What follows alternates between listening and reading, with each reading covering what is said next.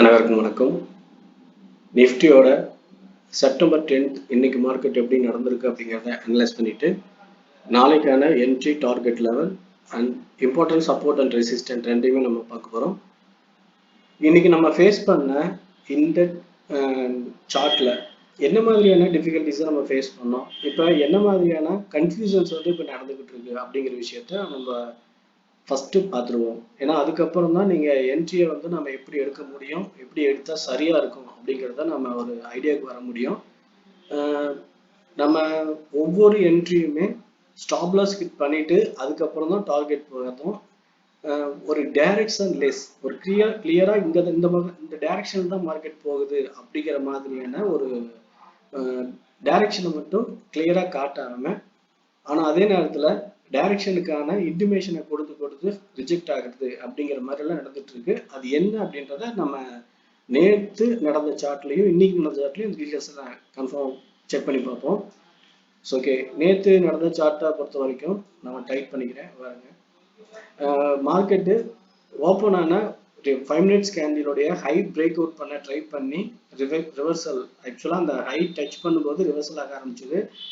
கீழே சடனாக வந்து லோ பிரேக் அவுட் பண்ணிச்சு. ஸோ ஹை பிரேக் அவுட்டு, அது அப்புறம் லோ பிரேக் அவுட் ரெண்டுமே நடந்துச்சு.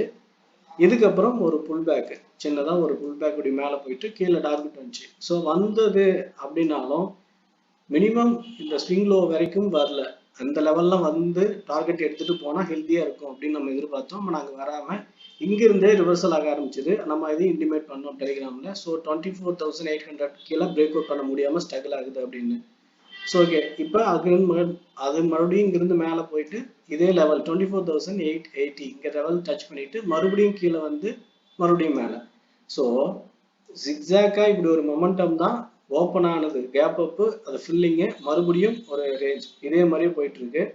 அதுக்கப்புறம் கேப் அப். ஸோ இன்னைக்கு நம்ம எடுத்துப்போம். இன்னைக்கும் பார்த்தீங்கன்னா கேப் அப்ல இருந்து ஒரு ஹை பிரேக், ஆக்சுவலாக ரேஞ்சில் ஹை பிரேக் அவுட் ஆகி 24,040. ஸோ இதை நம்ம டார்கெட்ல இன்டிமேட் பண்ணியிருந்தோம் 24,030 to 40. அதை வந்து டெலிகிராம்ல இன்டிமேட் பண்ணோம், பாருங்க தெரியும் உங்களுக்கு. ஸோ இந்த லெவல் டார்கெட் கம்ப்ளீட் ஆனதுக்கு அப்புறம் மார்க்கெட் வந்து அங்கிருந்து டவுன் சைடுக்கான மொமெண்டம் அப்படின்ற மாதிரி கீழே இது ஒரு புல் பேக் வந்து மறுபடியும் இங்கே சப்போர்ட் எடுத்து மேலே போகும்போது இந்த ஹை பிரேக் அவுட் பண்ணிட்டு மேலே போனால் ஹெல்தி மொமெண்டம். ஆனால் அப்படி ஆகாமல் அங்கிருந்து சடனாக டவுன் ஆகி இந்த லோ பிரேக் அவுட் ஆகுது. ஸோ எங்க லோன்னா 24,960ங்கிற லோ பிரேக் அவுட் ஆகிட்டு உங்களுக்கு நல்லா தெரியுது பாருங்க.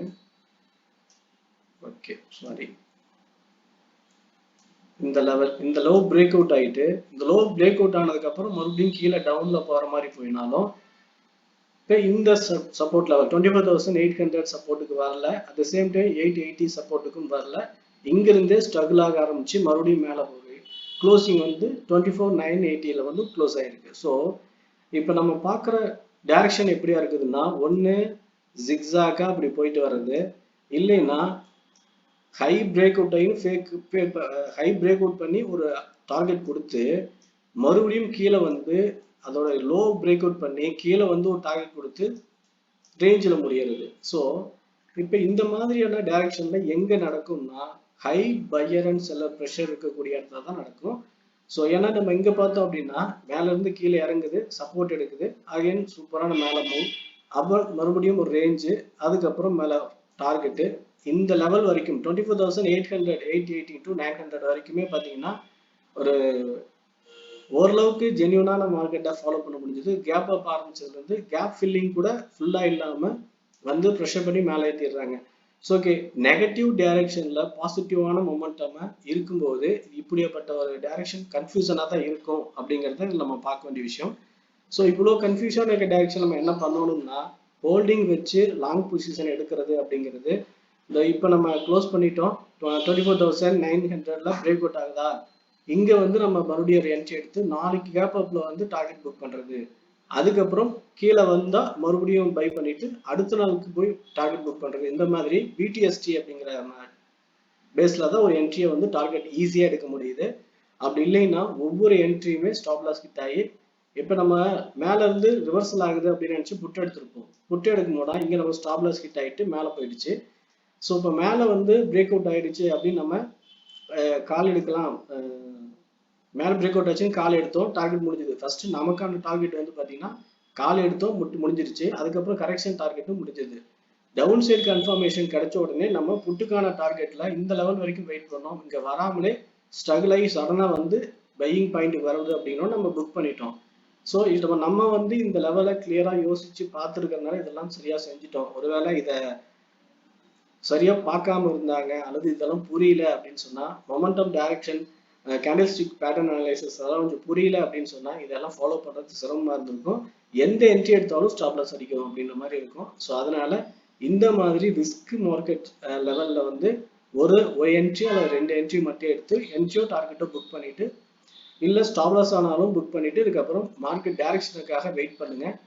இப்போ டைரக்ஷன் அப்படிங்கிறது எப்படியா இருக்கும் அப்படின்னு சொன்னா, இப்போ ஒரு என்ட்ரியா ஒரு ஓப்பன்ல இருந்து ஹை போகிறது அப்படின்னா, ஹை பிரேக் அவுட் ஆனதுக்கு அப்புறம் ஒரு புல் பேக், மறுபடியும் new high, again pull back, மறுபடியும் ஹை, இப்படியே வந்து ட்ரெண்டிங்கா போயிட்டு இருக்கும்போது ஈஸியா சூப்பரா இருக்கும். ஃபார் எக்ஸாம்பிள் இங்க நடந்த ஃபர்ஸ்ட் இந்த சினாரியோ. ஸோ இந்த சினாரியோ பார்த்தீங்கன்னா மார்க்கெட்ல அப்படிதான் இருந்துச்சு. மேலே போற ஒரு குறிப்பிட்ட பர்சன்டேஜ் டைமிங் வரைக்கும், அதுக்கப்புறம் அப்படியே மாறிடுச்சு.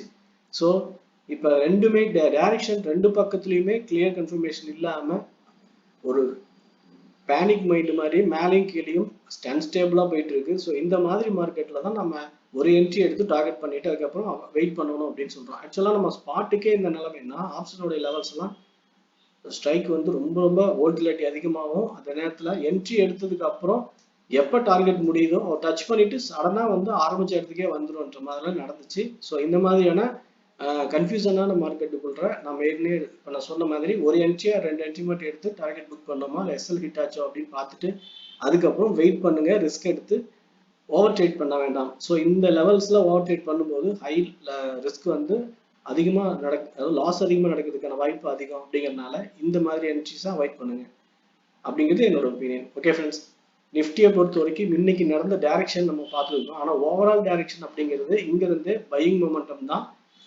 பையிங் மொமெண்டம் நம்ம இங்கிருந்து கீழே புல் பேக் அகைன் மேலே மறுபடியும் இப்போ 24,000 25,000 ஸோ 25,000 வரைக்கும் வந்துடுச்சு. இதுக்கப்புறம் இங்க ஒரு 200 பாயிண்ட்ஸ் 150 வரைக்கும், அதாவது 25,150 வரைக்கும் தான் அடுத்த டார்கெட்டு. ஸோ நாளைக்கு மார்க்கெட் அப்படிங்கிறது கேப் அப்பர் கேப் டவுன் எப்படியா இருந்தாலும் சரி, ஒரு நிமிஷம் இதை எரேஸ் பண்ணிடுவோம். ஓகே, கேப் அப்பா இருந்தாலும் அதாவது ஃபிளாட்டு கேப் டவுன் இதுல எங்க ஓப்பன் ஆனாலும் மார்க்கெட் மறுபடியும் ஒரு சப்போர்ட் எடுத்து இந்த ஹை லெவல் 24,990க்கு மேல க்ளோசிங் கிடைக்கும் போது நம்ம அங்கிருந்து 25,550 அப்படிங்கிற லெவல் வரைக்கும் ஒரு 50 பாயிண்ட் மட்டும் டார்கெட் எடுக்கலாம். அதே போல லோ இந்த லெவல் லோ பிரேக் அவுட் ஆகும்போது லோ பிரேக் அவுட்ல கொஞ்சம் கிளியர் கன்ஃபர்மேஷன் எடுத்துக்கணும். முக்கியமான விஷயம் இங்க இந்த மாதிரி ஒரு கேண்டில் பிரேக் அவுட்ன்ற மாதிரி சடனா கீழே வந்துட்டு அடுத்த கேண்டிலே மேலே போயிட்டு க்ளோசிங் வச்சிட்டாங்கன்னா இது பிரேக் அவுட்டா சேர்க்க முடியாது. ஸோ அதனால இந்த மாதிரியான கன்ஃபியூஸா இருக்கக்கூடிய லெவல்ஸ்ல நம்ம என்ட்ரி அவாய்ட் பண்ணிட்டு வெயிட் பண்ணுவோம். ஒரு கிளியர் என்ட்ரி இந்த லெவலுக்கு மேல நமக்கு பை எடுத்து கால் புக் டார்கெட் புக் பண்ணலாம். புட்டுக்கு அப்புறம் இந்த புட் எடுக்கணும்னா இந்த லெவலுக்கு கீழே வந்து எப்படி க்ளோசிங் இருக்கு, ஹெல்தியா அன்ஹெல்தியா அப்படிங்கிறத பார்த்துட்டு நம்ம இன்டிமேட் பண்ணுவோம். டெலிகிராம்ல பார்த்து கன்ஃபார்ம் பண்ணிக்கோங்க. ஓகே ஃப்ரெண்ட்ஸ், நிஃப்டியை பொறுத்த வரைக்கும் இப்போதைக்கு நமக்கு 2 லெவல் இருக்குது.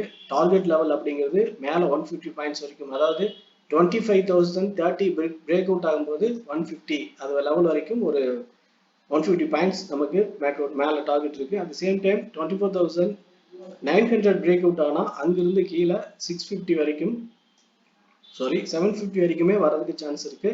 ஆனா அந்த 2 லெவலுமே கன்ஃபர்மேஷனுக்கு அப்புறம் தான் நம்ம என்ட்ரியை பிளான் பண்ணணும். இந்த ரெண்டுக்கு நடுவில் ஃபிளாட் ஓப்பன் ஆனா இந்த ரெண்டுலயும் எது நடக்குதுன்னு வெயிட் பண்ணி பார்க்கலாம்.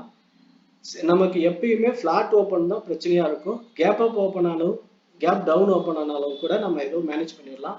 ஃபிளாட் ஓப்பன் ஆகும்போது தான் ஈஸியா நமக்கு ரெண்டு பக்கமும் வோல்டிலிட்டியில இப்படி ஒரு மொமெண்டம் ஃபார்ம் ஆகும். ஸோ அதனால இந்த மொமெண்டம்னா ரொம்ப கேர்ஃபுல்லா வெயிட் பண்ணுங்க. சப்போர்ட் எடுத்து ரிவர்சல் கன்ஃபர்மேஷன்ல காலும், ரெசிஸ்டன்ட் டச் பண்ணி ரிவர்சல் கன்ஃபர்மேஷன்ல புட்டும் நம்ம இங்க பிளான் பண்ணிக்கலாம்.